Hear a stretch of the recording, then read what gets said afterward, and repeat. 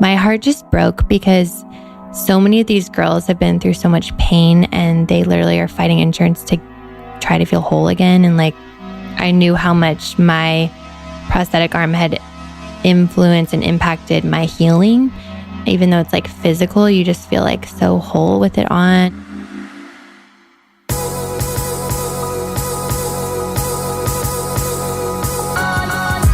You're listening to the Almost 30 podcast, hosted by Krista Williams and Lindsay Simsick. Almost 30 started as a conversation about the transition from our 20s to our 30s. But then we realized life is full of transitions. So we expanded our mission. We are an intuition-led, wellness-focused lifestyle podcast that promises to deliver authentic conversations, diverse points of view, and insights rooted in optimism, growth, and intention.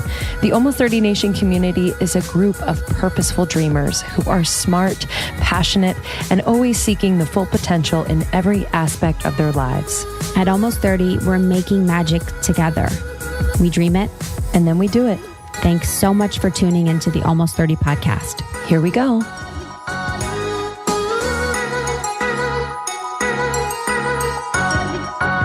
Welcome to Almost 30 podcast. My name is Krista Williams. And I have my smile directed. So I have a little bit of a lisp.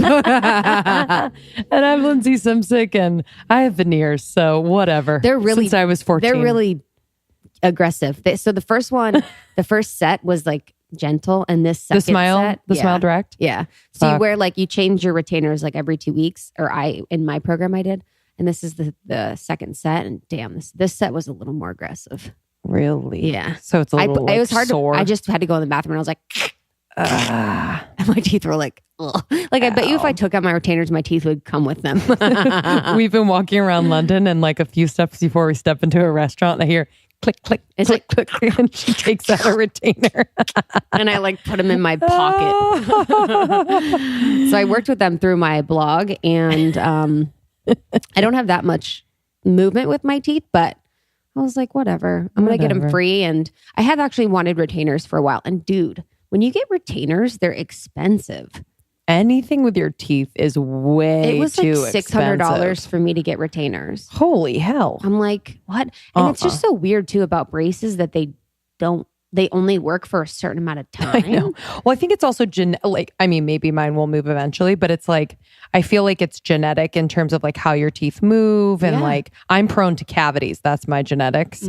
But like, yeah, with teeth movement and stuff, I'm curious whether like my bottom teeth will eventually move now that I don't have that little bar. Oh, you got rid of it? Yeah. I was like, I like ate mine. Honestly, like one time it was in half, and the next time they're like, where's your bar? I'm like, I don't know. I was like snacking on it. Justin got his bar removed too because he had some plaque.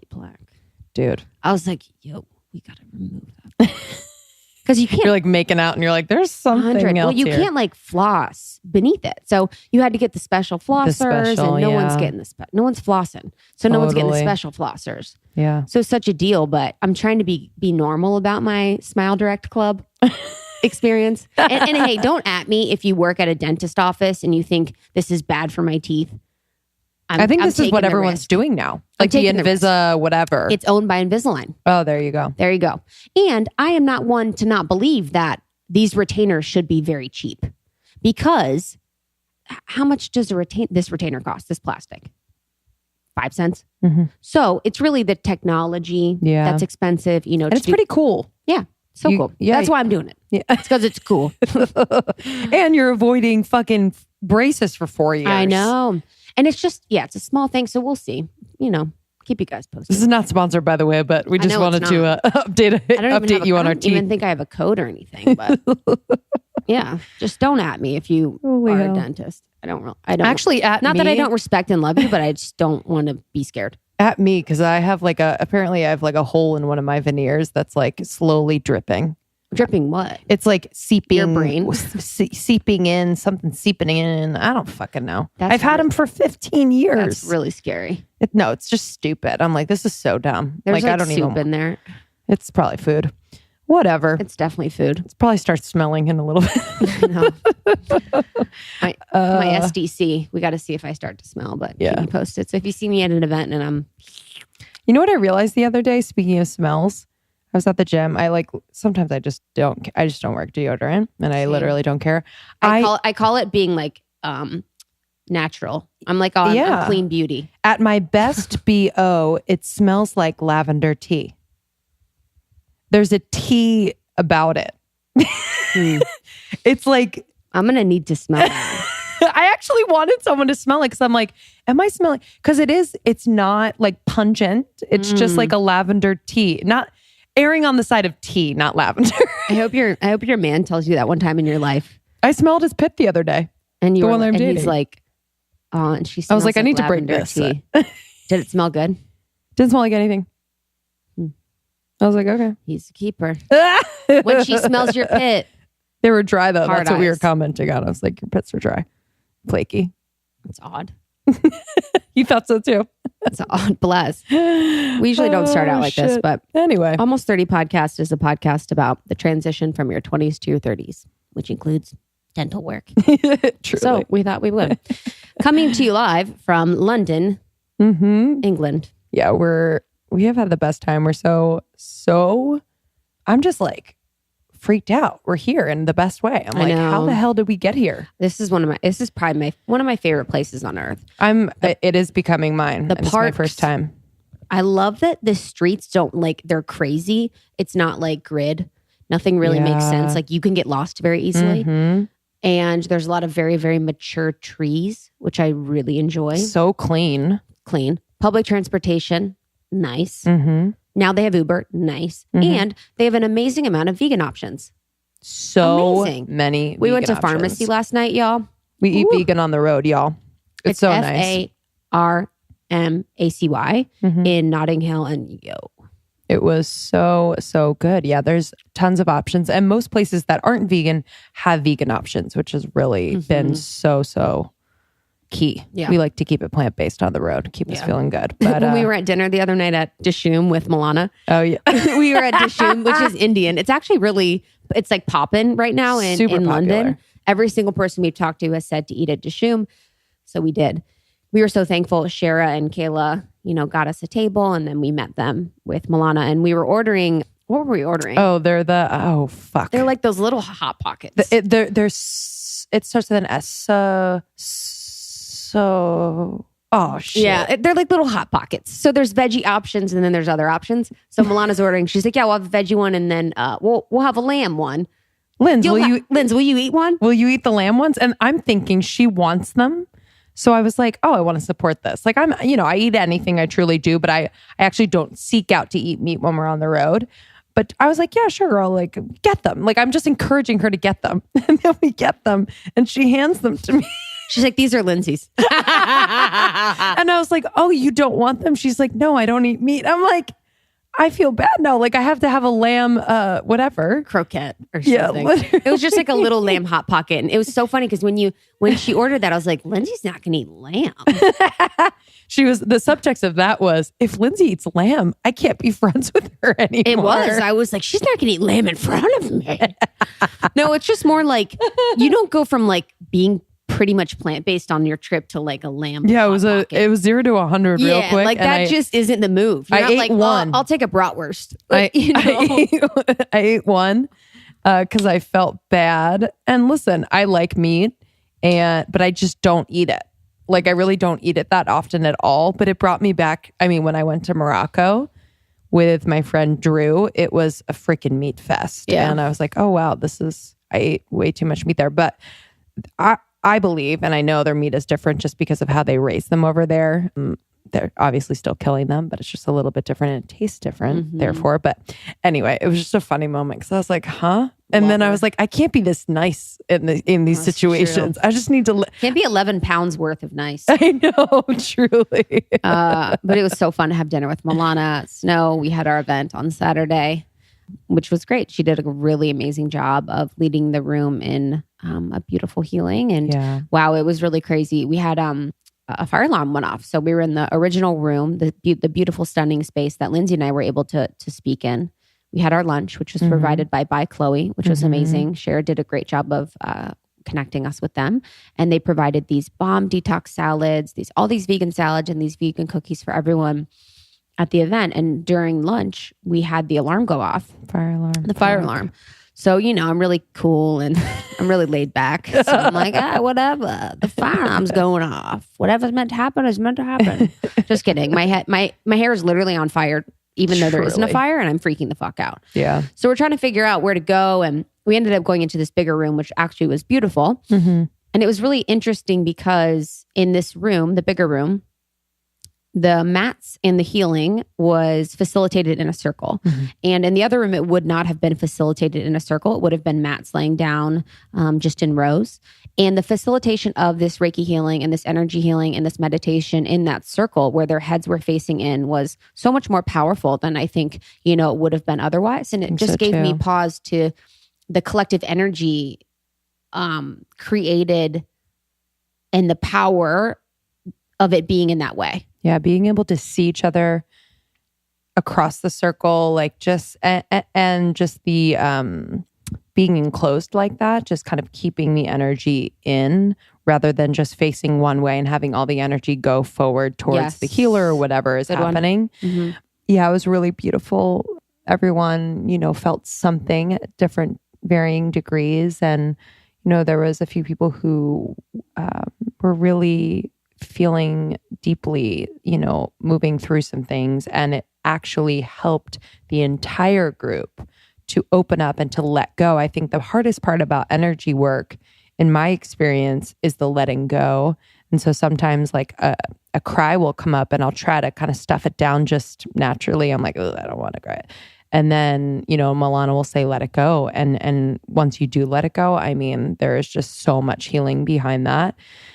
So it was something we've never experienced before. Milana has never experienced before. It's something we'll really never forget. So, to everyone that came, thank you. Yeah, shout out. It was really cool. Everyone hung out for a long time after. We just had a really lovely day. And the women there were so sweet. They flew in from Germany, Finland. Oh, so many different places. There was most people had flown in for the day. So the Netherlands, which was really nice. So it was great to have, everyone fly in for that was incredible. Truly. So thank you to By Chloe. Thank you to Recenter. Thank you to all the amazing sponsors for that event. It was powerful. Yeah, it was really, really powerful. And we have more coming this week, which has been great. But what's been like kind of on my mind being here, overseas, having met the London ambassador and just like feeling the ambassador program more, you know what I mean? And really understanding its impact. Like while we're here, I know that Almost 30 Los Angeles group met up at Gracias Madre for a beautiful brunch. For Cinco de Mayo. Cinco de Mayo. Of course. So they have tons of events. And then there's one event with alcohol. And Chloe Leonard, our sweet creative director, our who owns our hearts, shows up. She's like, oh, margaritas? I'm there. Literally. No, she's so sweet. She loves that group. She's like, oh, I know. She's the best. But it just cracked me up because I was like, you picked a good one, little sweetie. So she went to the Gracias Madre one with Lauren Holly, who is our amazing Almost 30 ambassador for Los Angeles. There are 600 women in that group. Yeah. We are doing 600. A movie in the park this month. We are doing, a meditation at Rooted Beings. So Erica Gallia opened up an amazing meditation studio in Manhattan Beach called Rooted Beings, which is awesome. So I'm excited to go there frequently, but I'm definitely going to be going with the girls soon. And then it's just awesome to see, all these ambassadors coming together. I know in Philly, they went to, or they held a private yoga fundraising event for the Philly. It was a private yoga fundraising event, and it was for Mothers Against Drunk Driving. So they had one of their members lead a yoga and help organize the event, and then they donated all the proceeds. They're doing fitness, they're coming together in community, and then they're also donating all the proceeds, which is actually incredible. In New York recently, so Nicolette is our New York ambassador. She does an amazing job. They had a healing. So they had healing with one of their Reiki healers in the city. And there was about 6 of the girls, and they got together and just, had this Reiki healer do some of the healing. And then there was a really cool one that I saw recently which was in Providence, the New Providence group. So shout out to the New Providence group, Crystal, Tessa, Kimberly, all of those lovely ladies. they created vision boards. So their vision boards are so rad. In the Almost 30 Ambassadors group, I'm looking at these amazing vision boards, and they got together, made their community smaller by doing this action within the Almost 30 group. So if you do want to join one of the Almost 30 Nation subgroups in your city, you are welcome to. We are excited to have you. You can request to join, and then the ambassadors, just make sure that you're a person, that you're no crazy bot. Or robots have been requesting. Yeah, robots are requesting, and we see you. And then join the group, and then you can have access to all of these free, amazing, beautiful things that just help you feel more like yourself, help you connect with people that feel more energetically aligned with where you are in your life, and help you navigate the transition from your 20s to your 30s, your 30s to your 40s, 40s to 50s, 50s to 60s, whatever.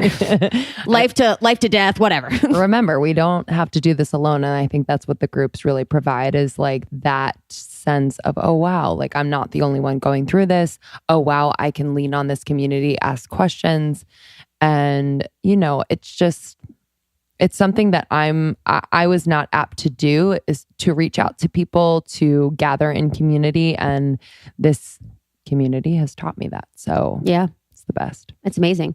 Yeah. So Ambassador Program. And then you can follow the Ambassador Program at Almost 30 Nation on Instagram, Almost 30 Podcast on Instagram. We are posting a lot of information about our upcoming tour dates. So we have LA, we have San Francisco live show, we have New York, we have Philly, DC, Nashville, Columbus, Miami, New York live show, LA live show is soon to be announced. So there's lots of stuff happening. And a lot of these events are great opportunities to learn from some of the amazing people we have on the podcast. So you can say, what up to Lindsay and I? We are there to hug you, to see you, to just support you. And then we're also there to bring these amazing people that have great messages and stories to you and tell them in a fun and digestible way. Yeah. Oh, man. You guys are the best. Cool. Send you hugs. Today's podcast. Let's get into it. We have Lauren Scruggs Kennedy on. The cutest peanut. So sweet. So sweet. I mean, if you guys think she's sweet, multiply that times 100. 100. It's crazy. She's fun and she's cool. She's so sweet. She is a blogger. She is an inspiration to all women, and especially those who have lost limbs. And she actually has a special retreat for women who have lost limbs that she does with Bethany Hamilton to encourage one another on their journeys, which is so beautiful. But Lauren, a few years ago, lost her arm and her eye in a horrific accident when she was deboarding a plane. And it was, something that just changed the course of her life forever. But she's just so strong and positive and also honest, like it's quite a journey to go from being a model and really having people, and in the blogging space for sure. Yeah, absolutely. And just look at you for the aesthetic and see the value there. And one, she's still so gorgeous. And, but there is just this faith in her and this light in her that just shines through no matter what and is an inspiration to so many people. Yeah. And I love the way that she talks about her relationship with her husband, Jason Kennedy. Jason Kennedy is the correspondent that you see all the time on TV. He's on E! News all the time. And they just seem like they are so in love, that they are so supportive of one another, that they are just so kind and thoughtful people. So when she talks about them together, it is inspiring. And I definitely learned a few things. She also founded the Lauren Scruggs Kennedy Foundation, which exists to bring hope, restore confidence, and ignite faith in girls and women with limb loss by providing beautiful cosmetic coverings for prosthetics. So yeah, and we also talk about that, kind of the process of getting a prosthetic limb, how expensive it is, how hard it is. And, her work is helping women to get that more easily with, less shame, and she's just a light. So the Lauren at LSKFoundation.com if you'd like to learn more and to donate. And she also has 2 books, Still Lolo, A Spinning Propeller, A Horrific Accident, and A Family's Journey of Hope, which was published in 2012. And then she has a second book, Your Beautiful Heart, which was released in March 2015. So you can check her out online with her books and with her foundation. And I'm excited for you to listen to this podcast now. Yeah, we love you. Enjoy.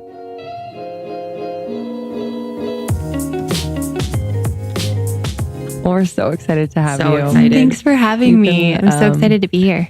Following you for a long time, and not only your story, but your blog and just all that you've been doing with your foundation. And you and Jason are just expanders for me. And yeah, I just like, I adore you too. And I was actually just listening to your mom's podcast this morning. Oh my gosh. She's the one from Ohio? Yes. No. Yeah. She's been gone for a long time. She's the best. She's coming in town. Well, she'll be in Orange County tomorrow, and then I'm going to go visit her on Thursday, and then she's going to come back for a few days. She's like the best. I get so excited. Sweet. What was the pod? So it's the TBB podcast, Thriving Beyond Belief. Yeah. And it's just, she's so articulate, so grounded now. And I'm sure just like her experiences have kind of brought her there. Totally. She's like always been, I feel like in our family, even just, we have really close friends in Dallas, like family friends. And if you come over to our house, you know, you're going to get asked, like, I don't know. My mom just goes deep, but it's like, she's really fun too. But we have like so many stories around the round table in our kitchen. And they actually renovated their kitchen, like, I think it was like 3 years ago. And everyone was like, where's the round table? And because we were like, this is just where so many memories are. Like red table talk before it was totally, literally. And we were just all like, seriously, we would just cram around this. It was like a big round table, but like people would just come by without even like us knowing, or we just had such good friends. And I love that. Yeah. We'd be like dying laughing one minute and like bawling. We would just really live life together, you know? But my mom was kind of like, my dad's such a people person and like such a connector. And then my mom is just like we're going in, you know? She's great with her podcast. We're like, this is what you're supposed to be doing. Yeah. And to just share so openly. Like, I don't see or hear like that generation doing that. Like, you know what I mean? I think it's like, you either choose like the shame route or not. So it's really cool to hear that. What was it like growing up? Can you kind of give us like a little background? Yeah, you may have heard part of it on that podcast, but okay. So we were born in California, Redondo Beach. And this is kind of interesting, but my parents were one of the first people to do one form of IVF. And so it worked. And my sister and I were born, so we're twins. She's like my best friend. And we always have been best friends. It was so sweet. But there was one point of time in like 4th grade, I think, for 6 months where she was like, I need my space. And she was like, but it was like, that was the only time we like didn't get along. But yeah, so my dad was transferred to Dallas when we were 2. So we grew up in Dallas. And then my parents actually got divorced when we were 4. And they were divorced for 7 years and then got remarried to each other. And my dad worked in like the corporate world forever. He was so good at what he did. And they literally just had couples. So people like knew their story. I guess they would just be open about it with like friends and people, and their story just kind of like passed around Dallas, I guess. And so a lot of couples just would say, hey, can we meet with you guys? Or like, Jeff, can I get breakfast with you? Or Cheryl, my mom, like, can I meet with you or whatever? And it turned into like basically where he had another full-time job of just helping couples and all of that. So anyways, it's so crazy, but he got laid off, which was, I don't want to say funny, but it like kind of was, because for years he's like, I feel like I'm about to get laid off. We're like, Daddy, you're literally like, you're like the best in the company. Like you're going to be the last one to get laid off. That's crazy. So he said that like 5 to 10 times over the years. And we're just like, oh, great. He thinks he's going to get laid off again. We're like, you're good. Like, you know, but he actually like got laid off literally when that all started happening.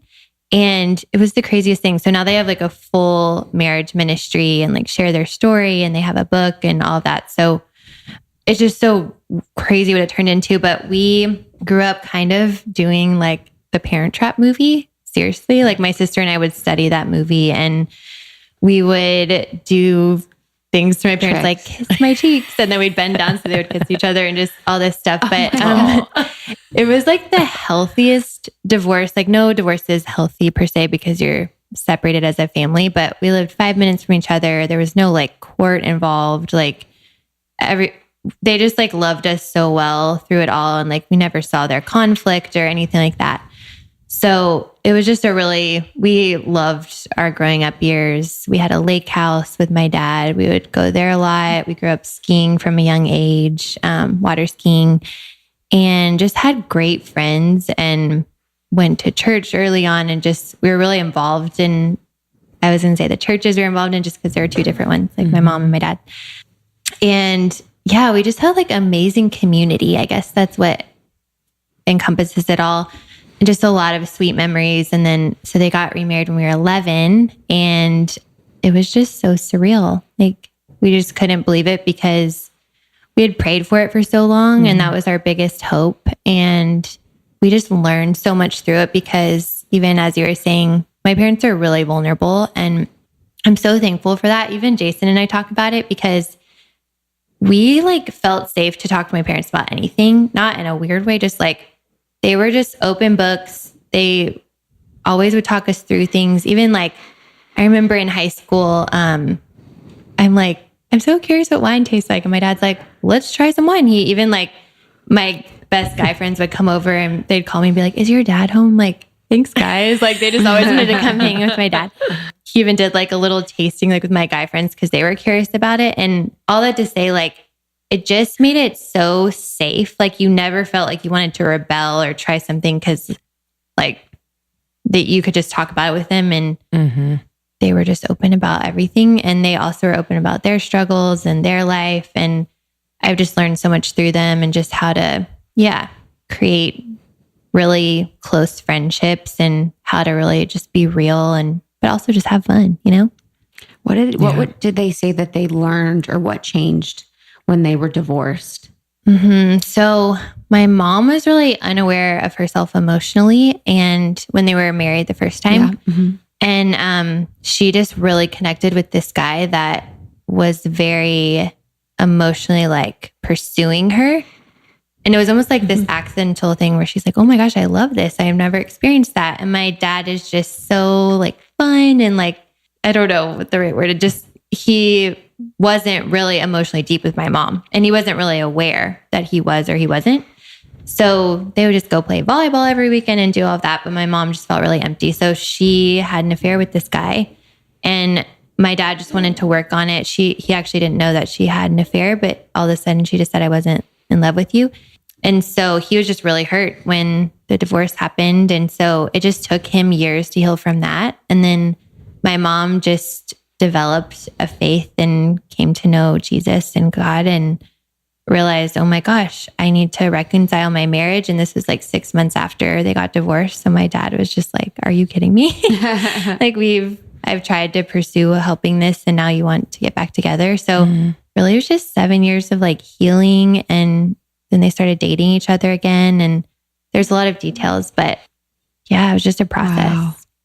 How did that influence like how you approached relationships like as you got older and started to date? So much. Like I'm so thankful for it because of that. So I had a really close relationship with my dad. So I never felt like desperate for guys or a boyfriend. And my first boyfriend was I think I was a junior in high school and we dated for almost 3 years. And it was like the best relationship, but I think that whole experience developed really high standards for us and for us, I mean my sister and I, because we would just never, if a guy were to treat us badly, we would be like, whoa, we don't want that. Like we don't need that. We're more valuable than that. And then also just learning how to communicate to someone that you're dating. I actually didn't do that in my first relationship. We just had a ton of fun and just kept everything inside because I don't think we were aware of ourselves emotionally very much. But yeah, just learning that and also learning like marriage is not easy and like it's not going to complete you, you know? It can add so much joy to your life and oh my gosh, I mean, Jason's like the biggest gift ever in my life.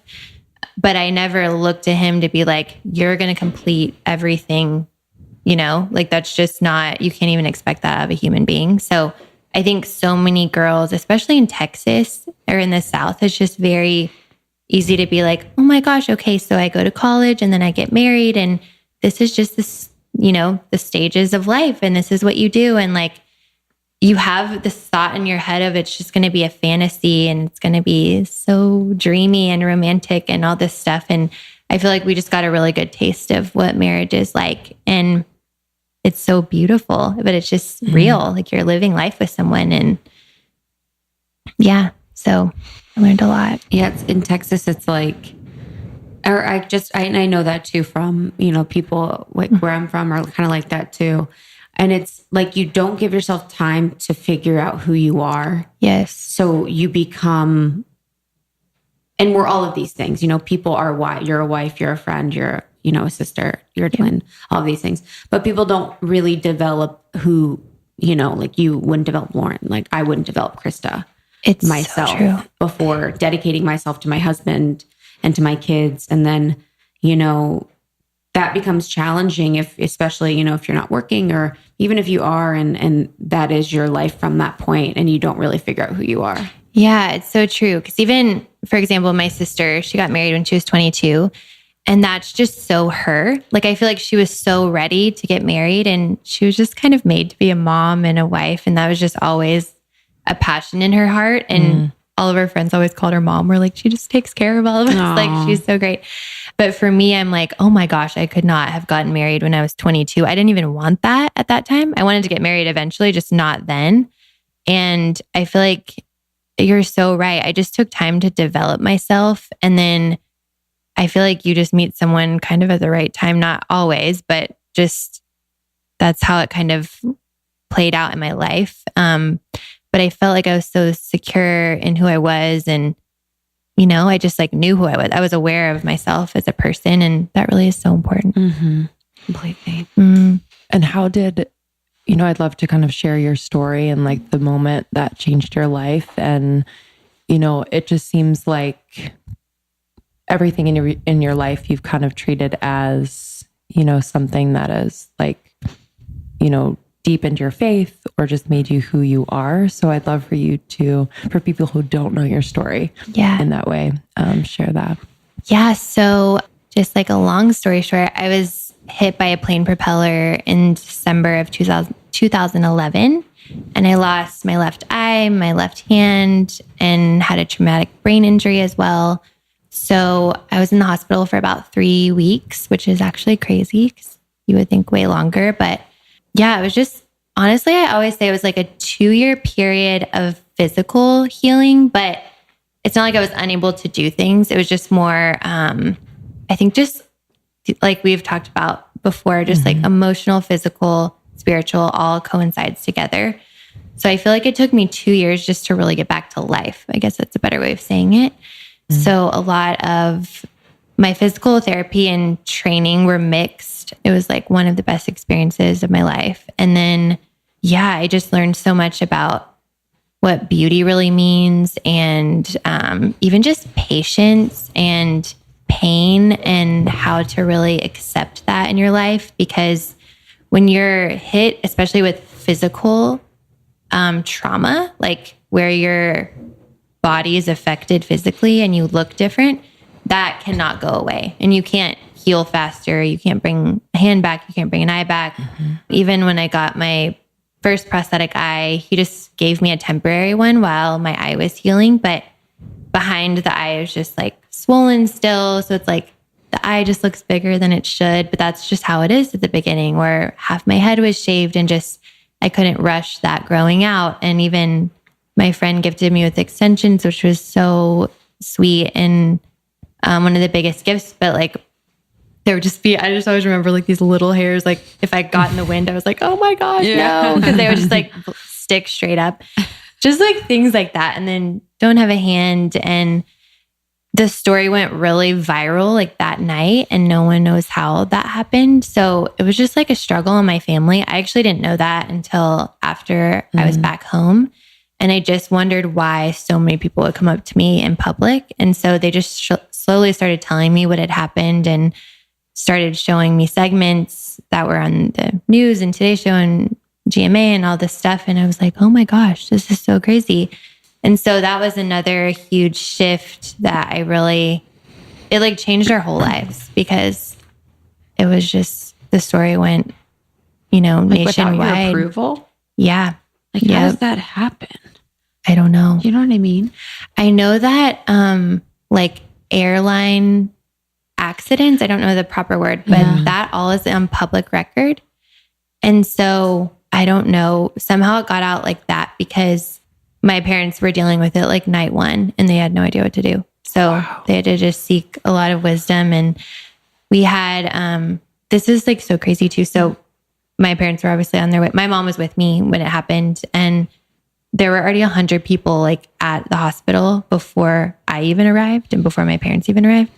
And just like the way that this was just like our close community. I know it sounds so crazy, but we just had been there for so long. Just people took on these roles. So even someone took on like organizing media because they did that in their life, or this person organized meals being delivered to us for 6 weeks. This person organized, I don't even know, just everything you can think of, to where my parents didn't even like think about a thing except for just being with me and making decisions. So I don't know why I just got into that, but I think it's just the beauty of having close people around you. Yeah. At what point in your, this was 2011. So what was happening in your life at that time? Yes. So probably, oh my gosh, I'm so bad with time. I think it started, let's see, 2008 is when I interned in New York for Gossip Girl, Michael Kors showroom. And then I just started reporting for Fashion Week seasonally in New York, and then did one in Paris, one in Montreal. So just kind of like starting that. And then I started my website like 3 months before. So I called it was Lolo Mag at the time. And my goal was to like make it a print magazine, but it was just blowing up because there were like 5 blogs that I knew of. Isn't that crazy? Mm-hmm. Wow. I know. 2011. I'm like, yeah. Yeah. And they were all the ones I could find that were like fashion related. So it was such a new thing. And even like Amber Vens, who started Reward Style, and then like 8 of our girlfriends in Dallas, we were all starting blogs, or Amber was starting that. And we all would just get together. We called it like the Dallas Bloggers Society, I think, or something like that. It was just the 8 of us, and we would get together and be like, okay, there's no history on this business. How do we do this? Blah, blah, blah. How do we make money? How do we encourage each other? Just things like that. So anyways, that was all happening at that time. And yeah, I really took like, I would say, I'm trying to think, a 2 or 3 year truly like pause from career oriented things, except for we started our dry shampoo before that, which was just so random. But yeah, that's kind of where I was. And then the day that it happened, do you remember like the full day? I don't really remember the morning. Like I don't remember what we did in the morning. Who were you with? So that night. Yeah. So I was so we would go to church on Saturday nights. So I had gone with my mom. My dad was actually with us on the way to church, and he was like, I do not feel well. So we just like dropped him back off at home. But we would go with like a lot of our friends. And so we would usually go to like somewhere for dinner after someone's house and order food or something. And we were at our friend's house who lived on this little airport a little bit north of Dallas. And like hard to explain. They just were people that like for a hobby just would like fly planes and stuff. Yeah. Like little planes. So and then it was going like a plane was landed or? Yeah. So I had gone up and looked at Christmas lights. So it was like a 2-seater plane. Yeah. And then someone was getting on after me. It was kind of like a lineup of people that were going to go look. So I just got out how I'd always gotten out, and the plane was still on. So I think you just walk into, like, I think I just literally was at the propeller when I got out. Yeah. It's kind of something we all wonder, but yeah. So. And your mom was with you? She was like inside. Okay. But your dad wasn't because he was home. Yeah. Huh. Which is actually kind of a blessing. I think. Know. Yeah. I don't know if my dad's like so sensitive. I don't know if he would have handled that very well initially. You know what I mean? Almost 30 Nation, summer is right around the corner. And I gotta say, tale as old as time, but I love a glass of wine at the end of the day when it's still light out, maybe a little sunset, catching up with friends, or just by myself. So I'm kind of stocking up. But if you're anything like me, you're trying to be more conscious about what you're putting into your body. And that includes wine, even something that I'm indulging in. I just want to make sure that, in terms of wine, there's no pesticides, molds, arsenic, any of that. So I found Fitvine wine and I just love it.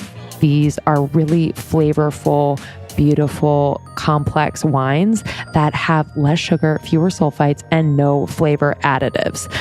Although they are not organic, they do lab test all of their wines with the industry's leading third-party lab of the last 40 years. So again, there's no pesticides, molds, arsenic, including glyphosate. So I'm really loving the Chardonnay. It's a classic for me and it's super crisp, kind of like has this hint of vanilla, lemon, custard. It's super full bodied, which is my jam. And then I love their Pinot Noir. I like a light red and it's really, it has like a black cherry note to it. I'm not very versed in wines, but that's what I get from it. But again, less sugar, fewer sulfites. So honestly, no hangover the next day. Obviously, don't overdo it, but 2 glasses and I'm good the next day. I feel amazing. So check out fitvinewine.com. You can use our code almost30 for 10% off your first order. I would stock up. You're going to be going to parties this summer. You can bring it as a gift, and you'll be able to just open a bottle at the end of a day, maybe with some loved ones, friends, your significant other. Fitvine Wine, FITVINE wine.com. Code almost30 for 10% off. Up until recently, there hadn't been much scientific research around our digestive system, which sounds crazy to me. But as I've been taking more digestive enzymes and more consistently, I just wanted to know why. I always like to know why I'm doing things.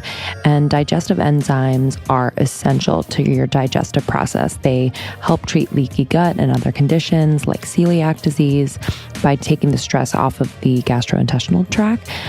They assist the body in breaking down difficult to digest proteins and sugars, and they really improve symptoms of acid reflux, irritable bowel syndrome, and they help your body to absorb the nutrients that you're taking in better, and become more efficient. So I really love taking digestive enzymes. I've seen so much improvement in my digestion, especially when I'm traveling. Sometimes when I travel, it gets a little messed up. So I take them before meals and I also take them in between meals when I haven't eaten anything. So it's been critical and I love to use Silver Fern brand. So silverfernbrand.com is our choice for digestive enzymes, probiotics, and I love their energy endurance mix, which I use before a workout, which has really great nutrients, minerals, and vitamins and doesn't give me that jittery feeling before a workout. So try Silver Fern brand, use our code almost30 for 20% off your first purchase. That's silverfernbrand.com. Use our code almost30 for 20% off.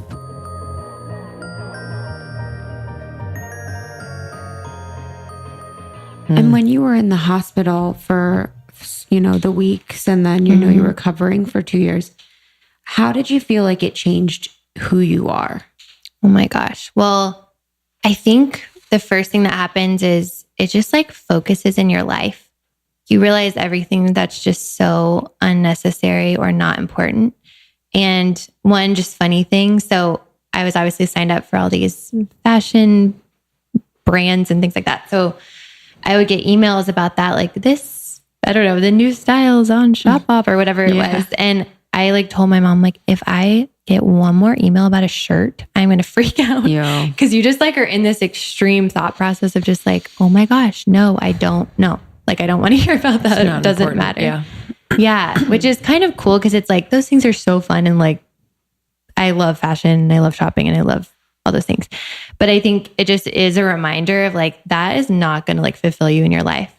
And it's so easy to get wrapped up in those things. So that was one thing. I think also just I felt like people were going to baby me a lot. And I rebelled from like being a victim. I'm like, I just was so far past that. Like, I will never be like that. So I had that fear that people just always want to do things for me just because I had one arm. So even in my family, I was like, I'm going to struggle with things. So I was like, if I ask you for help, that would be awesome. But like, otherwise just let me struggle because there's no other way I'm going to learn how to do things differently. And so, just like taking on those challenges was a big thing, but I actually I did not mind that. It wasn't like this burden, And then also just like thought that people would not think I was attractive anymore. Cause so growing up, I really didn't spend a lot of time getting ready. I would like get out of bed. I feel like my hair was kind of just like, I just like that natural look. Like you just roll out of bed kind of thing. Yeah. I mean, you're beautiful. Oh, thank you. Beyond beautiful. Thanks. You are. Thank you. But I didn't honestly even know how to do makeup. So my sister would always like do my makeup, but I just like didn't put on a lot of makeup ever. I don't know. So, but I did get a lot of compliments like growing up, just like, oh my gosh, you're so pretty or you look so cute and all this stuff. And like, oh my gosh, thank you so much or whatever. And when I got in my accident, I actually realized how much that did identify me in my mind, but I didn't think of anything of that growing up, So you really quickly see what kind of matters to you the most. And then I also just thought like, I'm probably never going to get a compliment like that again, or like guys won't think I'm attractive. And even growing up, like guys would have crushes on me and I would have no idea. It would like go over my head and you kind of like go back to your life, like in retrospect and like realize all these things. And so I just had a fear that like, I don't know, a guy wouldn't love me or a guy wouldn't think I was attractive. And yeah, I would just be looked at as like different or something. And that was just a big fear of mine. Was a part of the, like the therapy, the physical therapy, did they incorporate kind of like an emotional side of the therapy where there's like, I think it was I think you were on the Gold Digger podcast, but talking about EMDR. Yes. I'm just like, I guess what I want to talk about is like the trauma and how it can really not only manifest in the body, but just like things that you don't even remember could be in your subconscious and influencing things that you're doing, things you're saying, things you're reacting to in relationships, whatever it is. Yes. So how did you navigate that? Okay. So it's really interesting because, well, first of all, I'd started physical therapy at Baylor Hospital and they were really babying me a lot. And I would just dread to go. My dad's like, why are you dreading this so much? So he came with me and he realized, oh my gosh, you're in here literally helping everyone because this is just so easy for you. Like this, you need way more. Yeah. So we found this amazing physical therapist. She worked at API is what it was called at the time, Athletes Performance. So it was training like major, minor baseball, football players. And there were like 20 guys. I was there 2 hours every day for 2 years. And they became like my brothers and they were all my age. And so honestly, she would do, my trainer was a physical therapist and she would do both during our workouts and just pushed me so freaking hard. And that's what brought so much, even emotional healing. And then we would just talk through things too when I would work out. And then even like some of the guys, like they would literally like, they planned something for my 1 year anniversary. They're like, we're picking you up at 7 and we're taking you here. And I was like, oh my gosh, how did they even know it was like my 1 year anniversary? Like, but they weren't just doing it because they like felt bad for me. They were just like truly just my friends. And they're like, we're celebrating this year. Like, this is a huge year for you. And, some of the guys had crushes on me and I was just like so confused. No, but I literally was like, how? I literally freaking have All 6 of them are like in suits. They're like, hello. Roses. Yeah, literally. Oh my gosh. We choose you. Yeah. Y'all are so, I literally, though was like so confused. I was like, I don't understand. Cause I don't know. I just didn't have a prosthetic arm yet. I was just like really out in the open all the time. And so in my mind, I was just like, what? But that honestly brought some emotional healing too, because it was so much just like truth against the lie that I was believing in my head. Well, it's like when they see in you what you don't see in yourself yet. It's totally. Like, it's very healing, I can imagine. Yes. No, it's so true. And then I feel like at home, so in Dallas, I just had my friends surrounding me. So my friends would be like, you're going to the mall today. I'm like, I don't want to go. And they're like, yeah, we're going. We're going to go out in public and we're going to walk around. I'm like, okay. And they would just push me. So that was huge. And then my parents just like, were like, be real with we had to encourage all of ourselves to be real with our emotions and just like, we're all in this together and like, we're going through grieving cycles. So like I experienced emotions like anger and like sadness and all this stuff. And I was seriously like the most happy-go-lucky person before. Like to get me upset was like, you would have to literally like, I don't even know, do something really bad. And so it was just emotions I wasn't used to. And it was like scaring me a little because I was like, oh, I don't like this. It's just not fun. But we just like really came together as a family and like even our friends too. But then when I moved to LA, and I did counseling in Dallas as well, which was so helpful. But when I moved to LA, I feel like everything shifted. Like I feel like even with my counselor, like we didn't have really much more to work through. She was so incredible. I just gone to her like once a week for 2 years or more. Oh, and 6 months after my accident, I moved out of my parents' house and moved in with my best friend, Annabeth. And she is a nurse and she's just like my person. She's just like my best friend for life. We still grieve not living together. We're like, oh, it was like the best time. But she just helped me so much. It was like, it's just a part of her. Like she was like, Lo, I literally was at work tonight to figure out how you can round brush your hair, like round brush dry your hair. Cause it was one thing I couldn't figure out. And she would just like, I don't know, that's just how her mind works. But anyway, so I'm like going a little bit ahead of the story, but when I moved to LA, I just experienced a lot of loneliness because I don't think often sometimes about what I'm about to do. Like, for example, like I did an interview with the Today Show or something and I wouldn't think about it before. So I wouldn't be nervous. And then afterwards I'd be like, holy crap, that was like, I should have been really nervous for that. That was like a big, I don't know. It was like I was sharing everything, like the truth for the first time or just whatever with the story. So I did the same with moving to LA. I was just so excited to be out here with Jason. And I didn't think like I'm going to be away from my family, all my friends, like the city that I went through so much in, even just like my parents' divorce and all of that, not just my accident.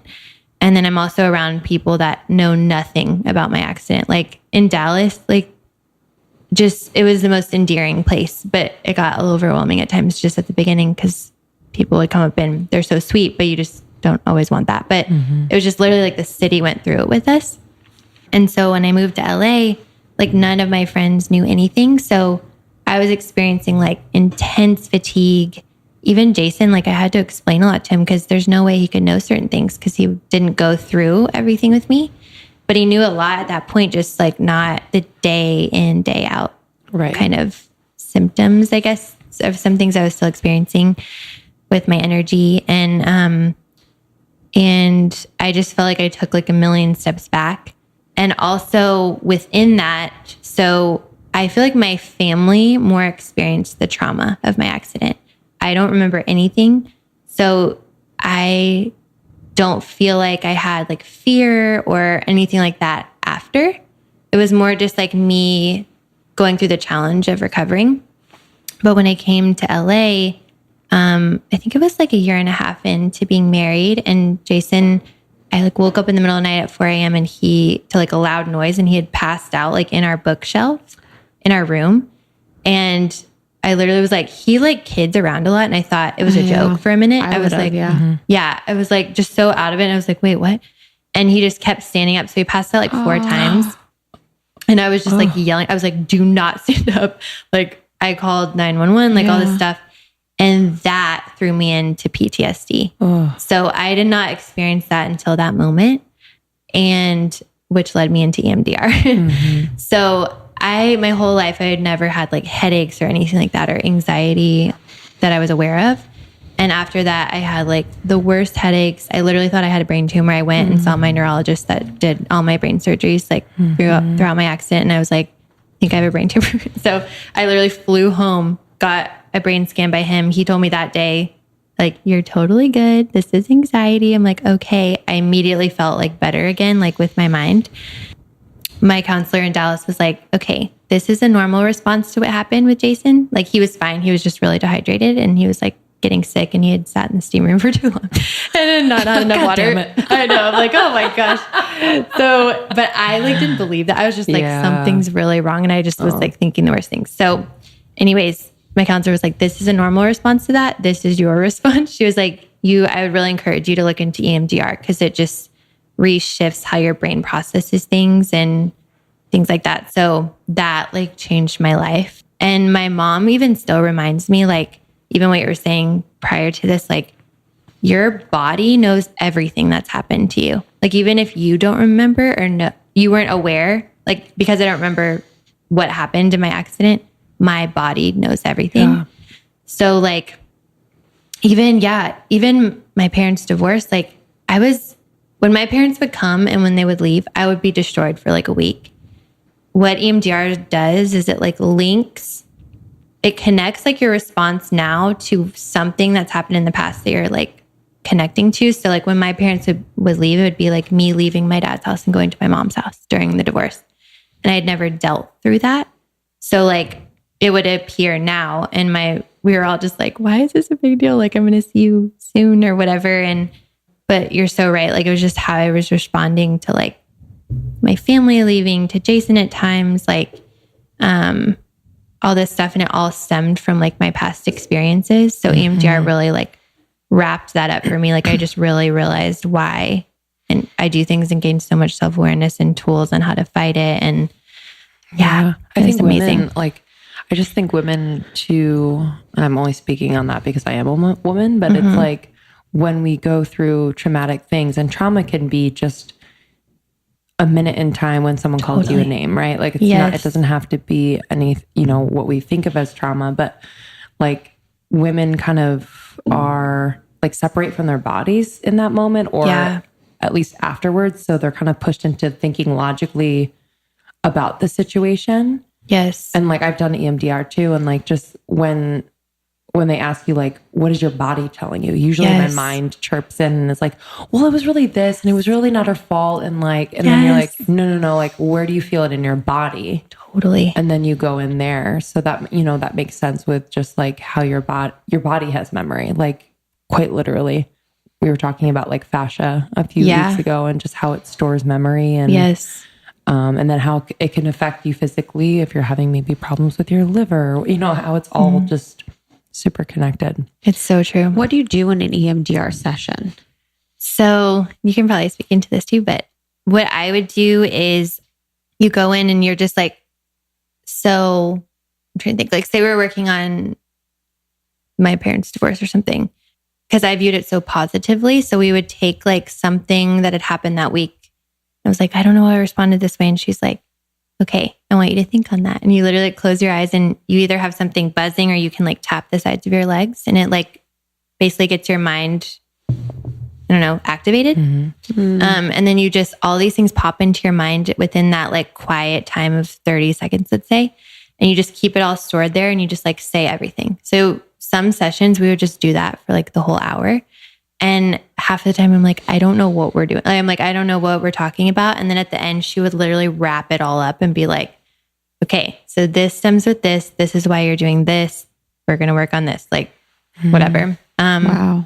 Yeah. And then we would just incorporate sometimes just talking through things like normal counseling and then mix EMDR in or Wow. And it's interesting how vivid the moments can be. Like, you're like, I've literally never thought about that once, or I know it happened, but I've never given it, any weight, or I don't stay up at night because of that. Totally. But it just like flashes and you're like, whoa.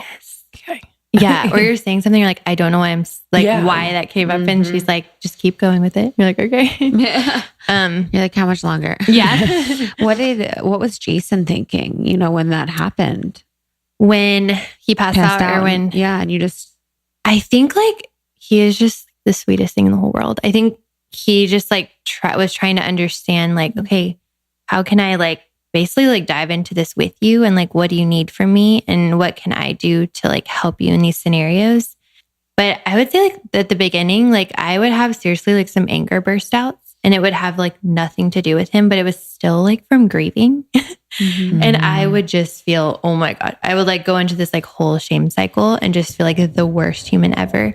Cause, I don't know, it's just a crazy emotion. And I would just have to talk it through with my counselors, or like my parents kind of had to describe to Jason, like what was happening in those moments, and literally just to like hug me.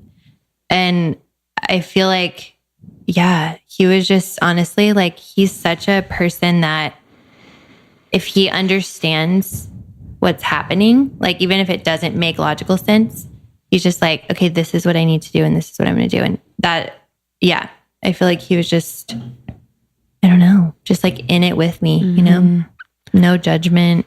Yeah. I read something the other day about grieving, and it kind of like helped me to understand maybe moments where I felt grief or, you know, been with other people who are grieving, where it's like, it's kind of like you're grieving the loss of like what you thought it was going to be. So almost like the future instead of what just happened. Totally. Like kind of the loss of like, you know, what you thought your life was going to be, or what you're going to look like, you know, whatever it is. Yes. So is that what it felt like to you? Yeah, I think that was a lot of it. And that's a great point. My sister and I were actually talking about that this last weekend. She came in just for a few days while Jason was gone. And even with us, like we pictured living in the same city forever. And she is a little girl and she's pregnant right now. And it's just like heartbreaking to be away from each other. And so it's almost like you have to go through that grief of like, we thought it would be this way and it's not. And how can we make this great, even though, you know, it's not what we thought it would be. But it's so true. And then definitely, yeah, with the accident, just like, I sometimes even go back and think like, I don't know, it's just so interesting how the blogging world and like fashion week, and I don't enjoy going now because it's just so different than what it was. And I'm just like, would I be this like massive blogger, which I feel like I would not like actually. But like from the outside looking in, sometimes it's like kind of intriguing. You're like, man, maybe that's where I would have been. I don't know. You're like, what I would have been doing that brand sponsorship that everyone's doing. Totally. Yeah. I was going to like say one. I'm like, not going to say it. Oh my gosh. Yeah. But you do like go there in your mind sometimes. And then you're just like, so thankful for my life. Better. Yeah. Yeah. So you had your accident. When did you meet Jason? Like when we met like a year after. Okay. Yeah. So his co-host now too, but there was a break in between. But Juliana Rancic reached out to me, and we got to know each other for like almost a year. So she was in the hospital getting her double mastectomy and saw my story and was like, that was me at her age and I have to reach out. And so we got to know each other. She was like, do you want to come to LA? I'd love to meet you, do an interview with you. I'm like, I would love to. And she just was like, I feel like you need to meet Jason, like come to set later. But she like gave different reasons. I was like, I feel like I know what she's doing. Had you like known who he was? Honestly, I am sort of like, I had like watched E before, but I couldn't be like, I would never have like recognized him in person or something. I had like the biggest crush on this guy from API coming here. So I was not like, I was distracted. I told my mom, I was like, I remember in the plane, I go, I'm so sorry. I'm so distracted. I just like can't stop thinking about this guy. So like for me, I was just like, oh, I love meeting a new guy, whatever. So yeah, that's when we met. It was like a weird thing because so I was with my mom, we came to set and he wrote this paper. I have it like framed now, but it was just like a computer paper. It was like 2 places to go eat, where to hike, his watch brand, because my dad loves watches and I loved his watch. And then he put his number at the bottom and was like, it was a Friday. So he was like, we're going hiking, like me and my friend tomorrow. If you want to come, just text me. And so I'm like, okay. And the next morning, like my mom and I got up early. We were going to go hiking, but it was like really foggy. So we're like, let's just go eat first. And we're sitting at breakfast. I'm like, should I text Jason? She's like, sure. And I'm like super Southern, like in that way. I would never like pursue guys or something. I don't know. But I was like, yeah.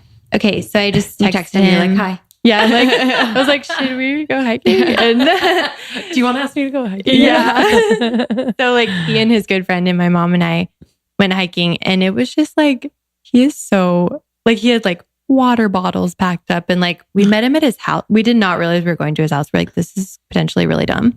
Like, hopefully he's a good guy. Yeah, I was like, he's not really going to get away with it. Yeah, totally. So there was no service like where we were going. So he like drove us there. He and my mom talked for like a while, like the first half, and then we like switched, and it was just like the best conversation. Wow. So easy, like so fun. First date with your mom. Yeah, honestly, I was thinking that too. My mom's honestly a tough cookie with guys. Yeah. Like she's like, I don't know. My dad's just easily like, yeah, whatever. Yeah, and then my mom's just like, I'm going to ask you a few questions. So she just like loved him. But so his friend, after we went hiking, he was like tearing up in his house. Like we'd already left. Mm-hmm. And Jason's like, Rye, are you crying? And he's like, yeah, I honestly just feel like you and Lo could be so good together. And he was like, I think you might be right. And just from that point on, like he just like was texting me, and we started Skyping and talking on the phone. And what I loved about him too is like, I feel like sometimes I tell him like, I feel like you should give a lesson in like how to date a girl, because he was just like, yeah, he was just like such a pursuer, like just in the perfect way. And even like really vulnerable. Like I remember this one time, so he would fly to New York quite often at that point, just doing Today Show segments. And he called me, and it was like probably like 8:30 or 9 at night. And I was like, oh my gosh, I remember running into Annabeth's room. I'm like, oh my God. Cause he had never like called me on the phone before. I was like, what is happening? So I'm like, hey, what are you doing? And he's like, I'm in New York. I'm like doing the Today Show tomorrow. And I'm like, oh my gosh, yeah, that's so great. How are you feeling? He's like, to be honest, I'm like so nervous about it. He was like, I had to like call my friend here, and he just came over and like talked me through it. But I'm like, literally any guy could be like, most guys I feel like would say, oh, I'm so excited about it. It's going to be great. Like blah, blah, blah. And he was just like feeling really anxious and like, you know, and I was like amazed by that. I don't know. I will never forget that. So I was like, that just showed me a lot about him. And it also just lets you in, you know, in a way that like, you're able, I think just as women, we're able to kind of hold space for that naturally. And like for him to allow you in like that is, I think, really special. It really was. One of my top self-care tips is getting a good night's sleep. And I have to brag, I've been getting the best sleep of my life. I just got my new Casper mattress from their hybrid collection.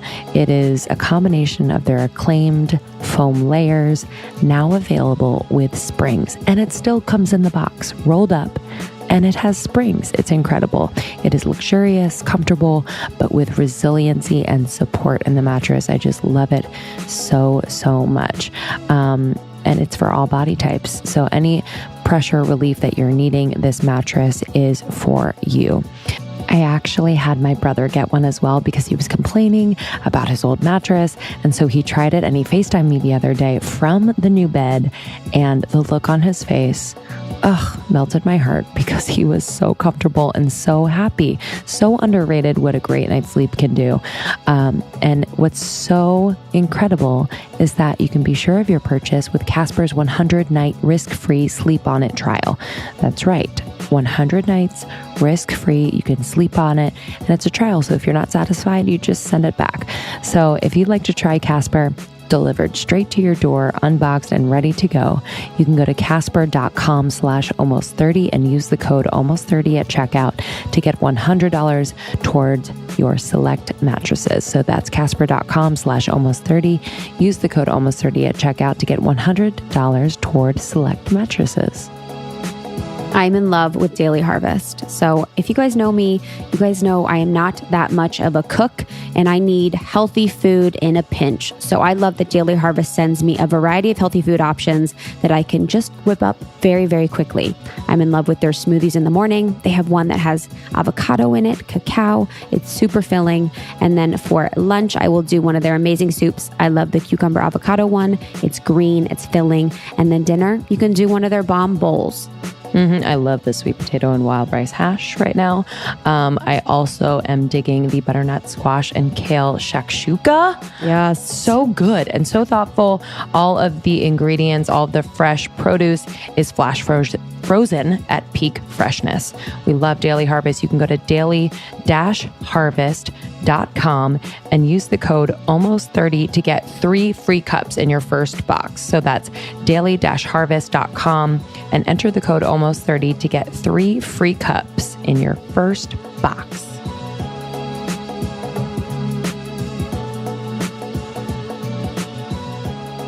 And then I feel like when we started, so I went to LA and I was thinking, this is going to tell me everything about him. Cause I also like a month into talking, I called my sister and I was like, oh my gosh, I think I really like Jason. Like it didn't hit me for a minute. I was like, he's so great. And I came out here and it was like the most amazing trip. Like I feel like he had canceled 2 days of work, but he did a Today Show segment, which was really fun because I like got to see him just do his thing like in person. And then we went on this hike on, y'all would know, but it's in Malibu.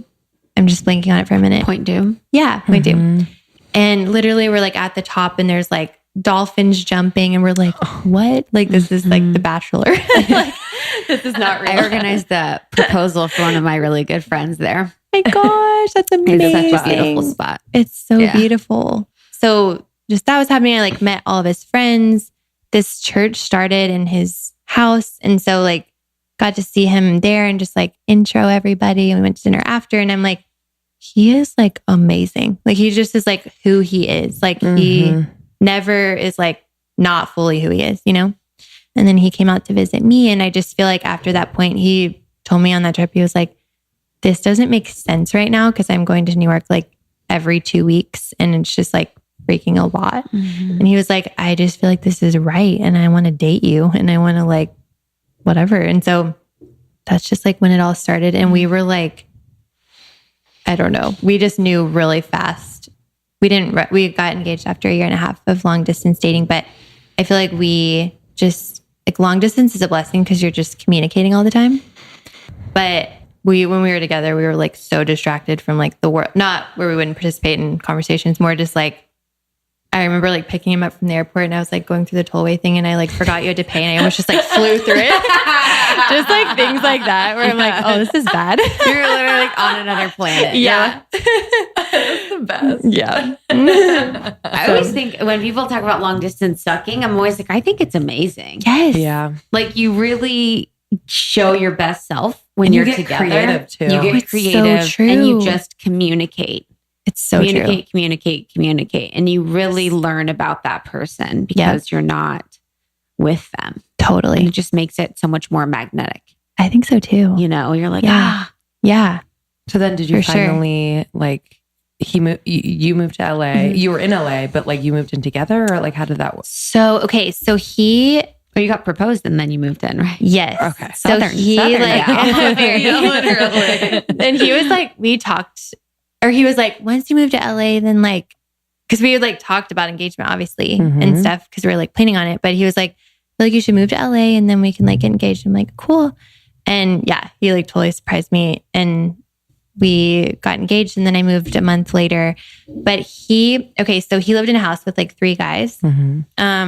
And I moved into an apartment just for 6 months because we basically after we got engaged, we planned a wedding in 6 months. So I was just in an apartment while we were looking for a house and while it was just like a guy house. Like, I don't know. Totally. It was a really cool guy house, but I was like, yeah. And so it just felt weird to like bring all my stuff. I don't know. So I was in there just for that period of time and we found a house and got married and yeah.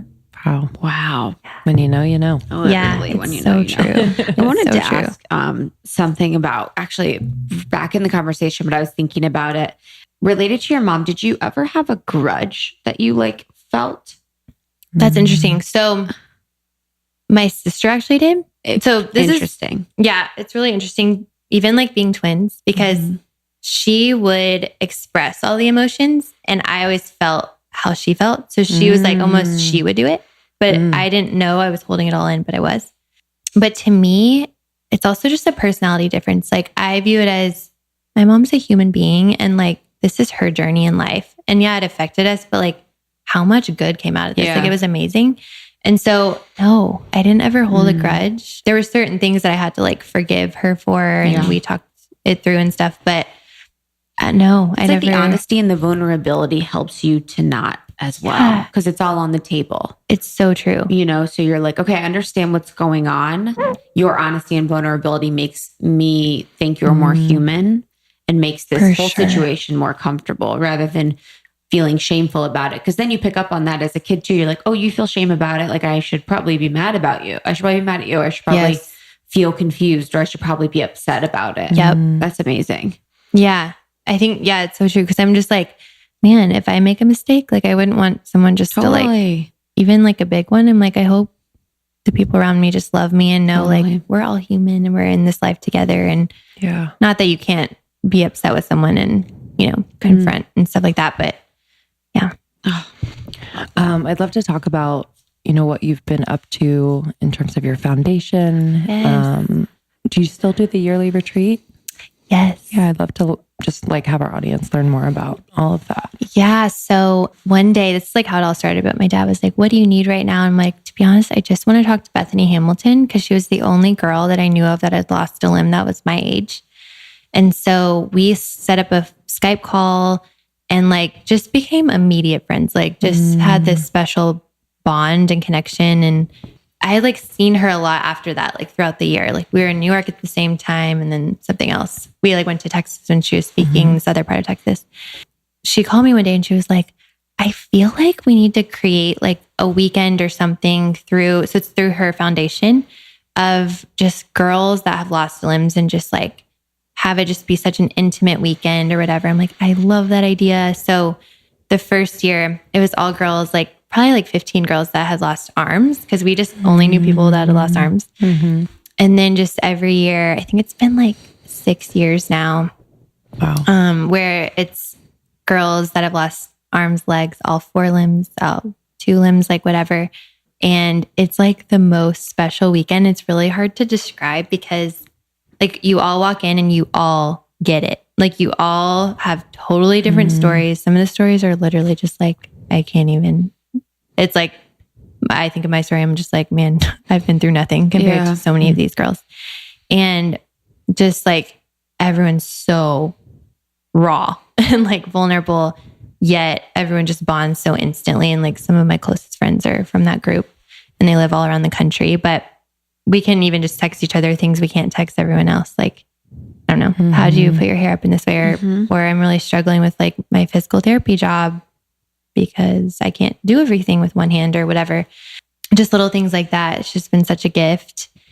And even the girls that started out like year 1, they're just like leaders now there, which leaders is like, you're still there. Everyone's just like on the same level, but it's just so amazing. Like to see healing over the years and like confidence grow and just like who they become as women.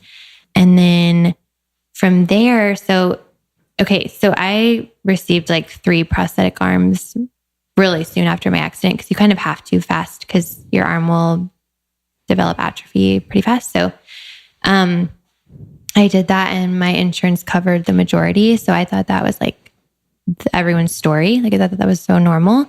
And I would just have girls come up to me like in the grocery store, or I did this like runway show thing one time, not me in it, but I was helping host. I like don't even remember.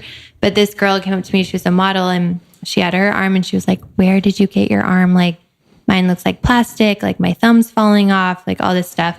Even just this girl I met, a friend of a friend, she was wondering if she should save for in vitro or a new arm and all this stuff. And I'm realizing, oh my gosh, like insurance does not provide arms and legs. Like it provides the very, very basic, like a claw and things like that. And my arm was just like so beautiful. It was like painted to match my skin by this amazing little family in Midlothian, Texas. And I had no idea I was going to like the best places because it was my first recommendation. Even my prosthetic eye doctor, he created the protocol for prosthetic eyes. He has one eye. He's like in his 60s. He's so incredible, but they're both like the best of the best. And I'm like, I had no idea. So my heart just broke because so many of these girls have been through so much pain and they literally are fighting insurance to try to feel whole again. And like, I knew how much my prosthetic arm had influenced and impacted my healing. even though it's like physical, you just feel like so whole with it on and like people aren't staring at you and just all this stuff. So I met a lady through where I get my prosthetic arm made. She actually gets her leg made there. She's like the only girl or lady. And then my other friend who was in a train accident lost her leg when she was 8. She's my age. Wow. And she lives in Dallas. And we all had the same passion and noticed one year at Beautifully Flawed with Bethany that I like walked in and everyone, like no one had a prosthetic arm. Like obviously girls have prosthetic legs because you like need that to walk. But I was like, wait, where are everyone's arms? Like, are they like just not on right now or whatever? And no one like could figure out who like everyone was like, wait, where's Lo? Because they were looking for like someone without an arm. They didn't know I was wearing like a prosthesis and all this stuff. So anyways, we asked all these girls, like, why don't you have an arm? And do you want one? And they're like, yeah, we are dying for one. We just can't afford it. Because they like start around like 30,000 cash out of pocket.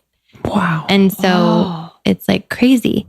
So Lisa and Ashley and I just came together and created the Lauren Scruggs Kennedy Foundation, which provides beautiful prosthetic arms and legs to women. And we just walk through that process with them. But how it all happened, so insane. Like, I don't want to go into the details, but just like when something's supposed to happen, it just like will. Not that it doesn't take work, but like it was just amazing to see that whole process and be a part of it.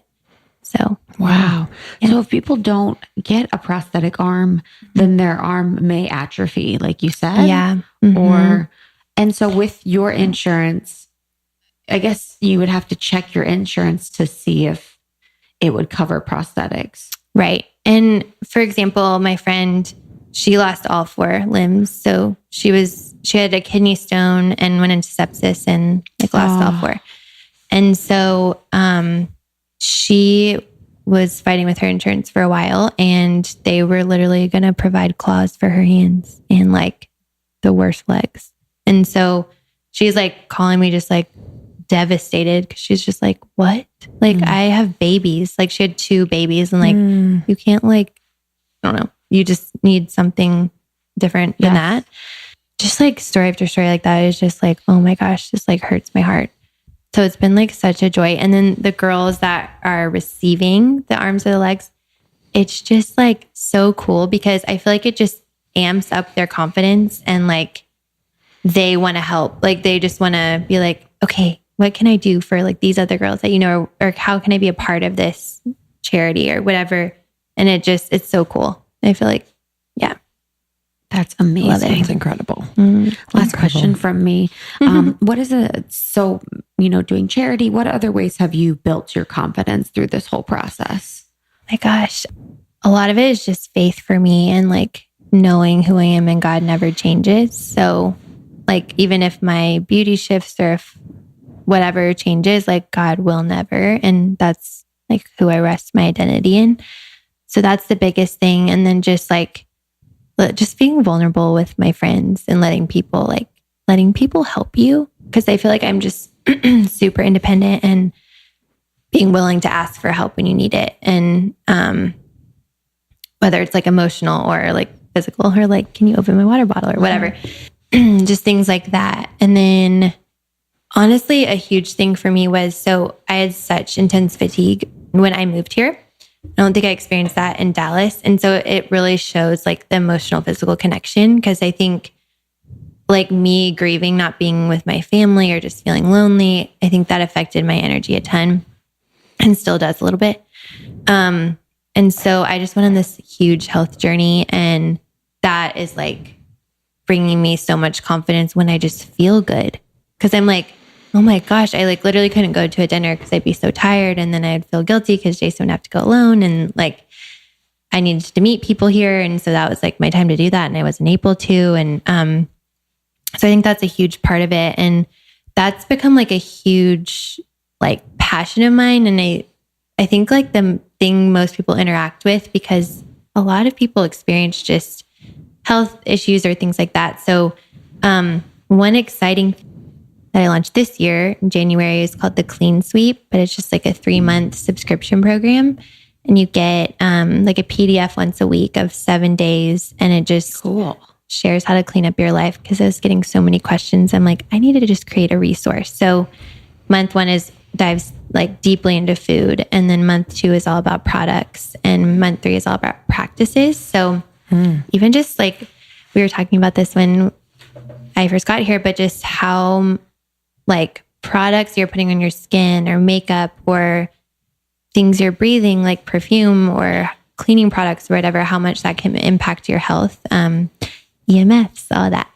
So this just like dives really deeply into all that, but it's not overwhelming. It's really practical. So I wrote it as if someone knows nothing.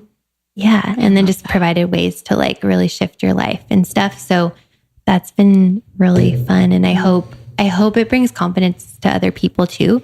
Cause I think a lot of times we don't realize, like, we're so focused on like looking pretty and that'll make me confident or whatever. But I feel like the deep thing underneath that is just like feeling good. And like, then you feel beautiful and you feel like you can be the best wife and friend and sister and coworker or whatever. And so, yeah, with the health, it's like when you start to take care of your health, it's, you know, like taking the action with the intention to do good for yourself, you feel more confident. Totally. Like, oh, I've got my own back. I'm going to invest in eating well. I'm going to invest in, you know, a few minutes in the morning to meditate, or I'm going to invest in slowing down or whatever it is. So that is definitely a way that I have built my confidence for sure. Like, love that. You know, when all else fails, if, you know, people have a different opinion of me or whatever, I can know that in myself, if I'm taking care of myself, that I like love myself. Yes. You know, enough to do that.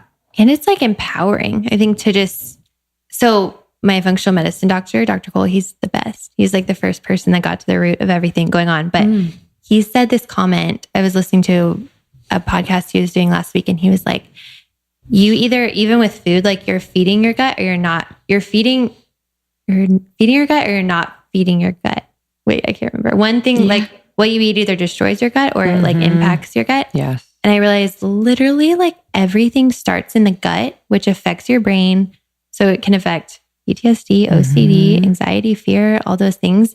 And I think it's just so important to like connect the two of like literally what we're eating and what we're surrounding ourselves with, even like putting boundaries on our schedule, or like not surrounding yourself with people that aren't going to live life with you and build you up and all that stuff. And just what you're eating is like so important to, like anxiety and like fear and all these things. And I'm just like, oh my gosh, when you realize that, it just really shifts your whole perspective. Yeah, you're like, whoa, I can not control, but it's like I can control a lot of more than I think. Totally. I don't have to just receive this and feel this way, or, you know, it's so beautiful. Yeah. What's like your favorite health trend right now that you're loving? Well, so I've been doing celery juice for almost a year now. Oh, shoot. I know. Way ahead. It's been amazing. Yes. And I just, oh my gosh, I was bloated for like 15 years every day. Seriously. Every day. Yeah. Because was it a reaction to like something you were eating, or? So I think I've had like gut issues for a long time, but no one could pinpoint it. Wow. Because there's been a few things that would be way too long of a story, but it just like shows that years back. And then after my accident, just all the medication I was on and stuff like that kind of literally depleted all my energy and iron production. And so I don't know, I think that all affected that. But celery juice, oh my gosh. I was like 6 months into my gut healing protocol, like did not go an ounce off of it. I was like still bloated and I became constipated, which I've never really experienced. Yeah. And Dr. Cole's like, okay, I'm prescribing you to celery juice an hour before you eat every morning. Love him. And within 3 days, I was like, great. Really? Wow. Good. Yeah. I'm like, man, I'm drinking this for celery life. juice. Oh my God. Isn't that great? A naturopath, or what is he? He's the functional medicine doctor. Medicine. He's so great. Wow. Yeah. I love him. That's incredible. Yeah. Into it. What are, and last question for me, like what are you doing within your relationship? Like to, you know, I think a lot of people, I just say a lot as like a general thing, but like get into a relationship and view it as like a destination, like, oh, we're married. Right? Yeah. And so like, I think the consistent evolution of like who you are as individuals and then who you are as a couple is just vital to, you know, it being a really deep, lifelong connection. So like, what are you and Jason doing on a regular basis, or what have you committed to doing to just like deepen your connection and understanding of one another? That's such a good question. We're just really intentional about like always staying connected. So that can look different in a lot of ways, but just like, we always want to know, like, how's your heart doing? Like, how are you doing? And I feel like we've done that for probably like 3 years now. So I feel like we were learning how to do that in the first like year and a half of being married. And then the last 3 years have just really been in that routine. And so even like, I was talking to Jason on the phone, like FaceTiming him for like 5 minutes the other night. And he was like, what's wrong? And I was like, nothing. He was like, no, what's wrong? And I was like, nothing. And then I literally start bawling and I'm like, oh my gosh. And he's like, I just know you way too well. Like I wasn't even expressing I was sad. Like I think I looked really happy on the phone. I'm just like, how did you know this? But I think you just get to that place where like, you just know this such depth of that person that you just like, you just know, I don't know. And then just being willing to go there. So being willing to say like, how are you doing? And even like struggles we have, we're really open with each other about. And I can just say like, how are you doing with this? Cause I can always tell when he's not doing well, but it's not something I should know. And so I always know. And he's like, oh my gosh, like you always know. And I'm like, yeah. And same with him, with me. And I feel like we both are just like, how can I help you in that struggle? And it could be something that could actually like, the struggle could be hurtful to the other person. We just don't view it like that. We're just like, we all have this. So what can we do to help each other and come together in this? And then just like also encouraging and supporting each other in our passions. So like just what we love and like, but letting each other do that separately, like, and then just supporting each other so fully in it though. Cause even, this is one thing, like Jason's EP was like, do you want to come host the show one day with him? And I was like, no, that's like my worst nightmare. Like, no way. And she's like, please, it would be so fun. I'm like, no, because that's like his thing. Like, not that I would ever overpower him because I would be like whispering on air. Like my voice is so quiet. But I'm like, that's just like his thing. And like, I want to like support him so much. He's so amazing in what he does. And like, it's such a gift and passion of his.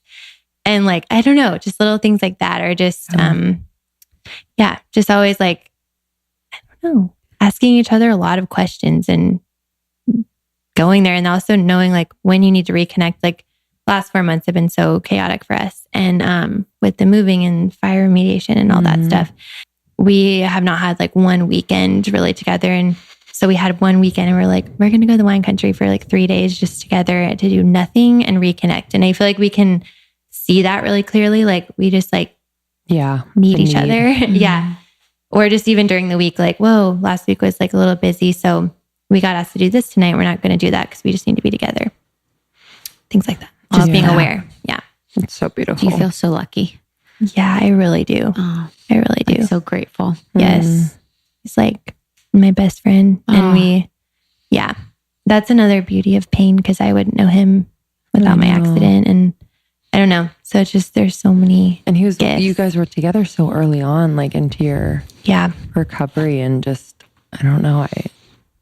I'm sure you would have gone through it and been just as strong, but I just think there is something to the, like being in, so up and down and in pain and trying to like figure out, now what your life is going to be like post something like this, like to have someone kind of see you as you instead of you being in your body and being like, how do I do this? It's like, it must be helpful. Yeah. Even really like healing. A whole other thing is like when I showed him my arm for the first time and like even my eye without my eye in and just all this stuff that all my friends are so used to in Dallas. And just like the way he loves me through that, he like literally breaks the ice with everything, even with me and new people. Like he'll just be like, I don't know. I don't even know what he does, but he just makes it like so fun and makes me feel confident in like my body now, meaning with one arm and all that, you know? I love that. So it's really special. And he's helped me heal in a lot of ways. It's beautiful. Cutie girl. Where can our community connect with you? Where can they learn more about the foundation? So Instagram is the best for me. So at Lauren Scruggs is my personal handle. And then at the LSK Foundation. Sorry, I always forget because our website is lskfoundation.com. And then just LaurenScruggsKennedy.com is my blog. And then we have a dry shampoo. So that's at the Stranded Shop. Awesome. On Instagram. What's different about this dry shampoo?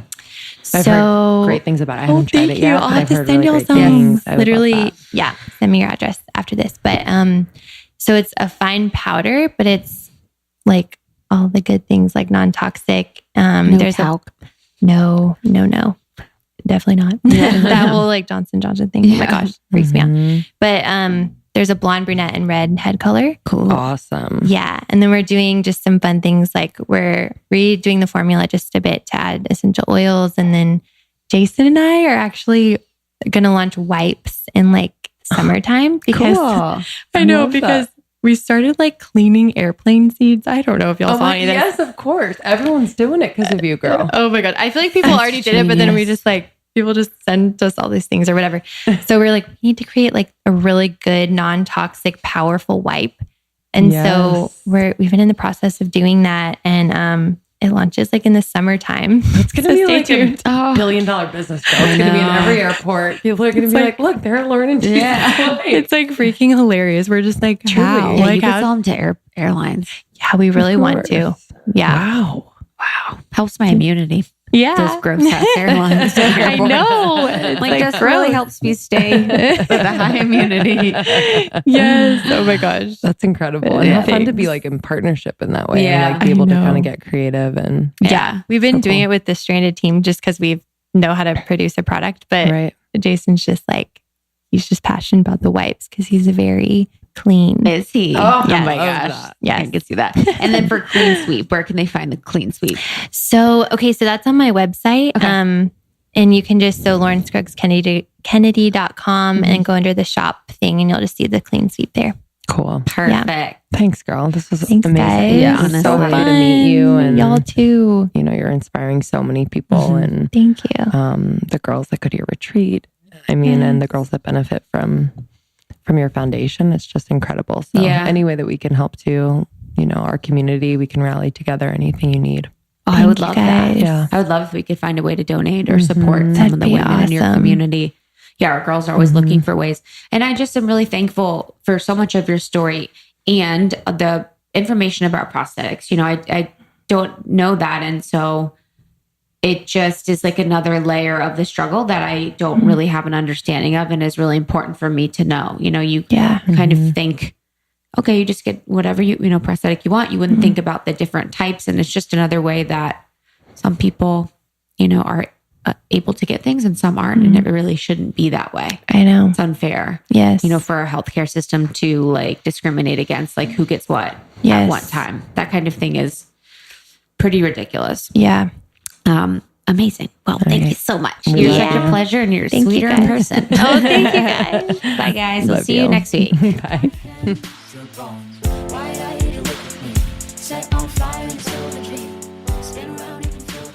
Thank you so much, Lauren, for being on. We love you. It was a joy. Go to the lskfoundation.com to learn more about her foundation and how you can contribute. Yep. And thank you to Kelly from Branch Basics for hooking us up with being able to connect with Lauren. We really appreciate it.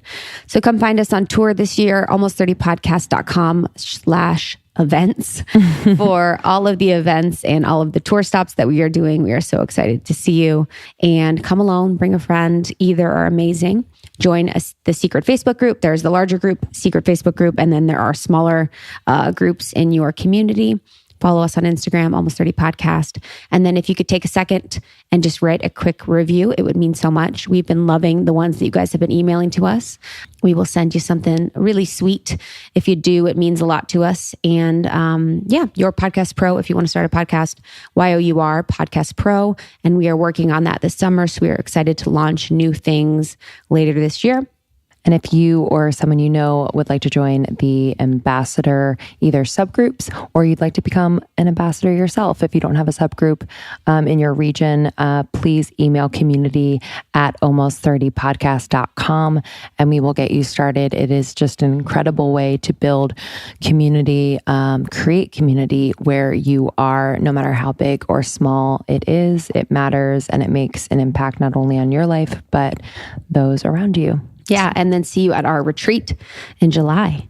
Can't wait. It's Me, You, Malibu. So we're having a retreat at the beautiful Calamigos Ranch in Malibu. There's going to be an intimate retreat with tons of amazing speakers like Kelly LeVeque, Jordan Younger, Aubrey Winters, and Danielle Pasenti are doing workouts. It's going to be full of awesome healing and connection. So go to our website to get tickets and secure your spot at our retreat. Can't wait. We love you. Thanks for listening.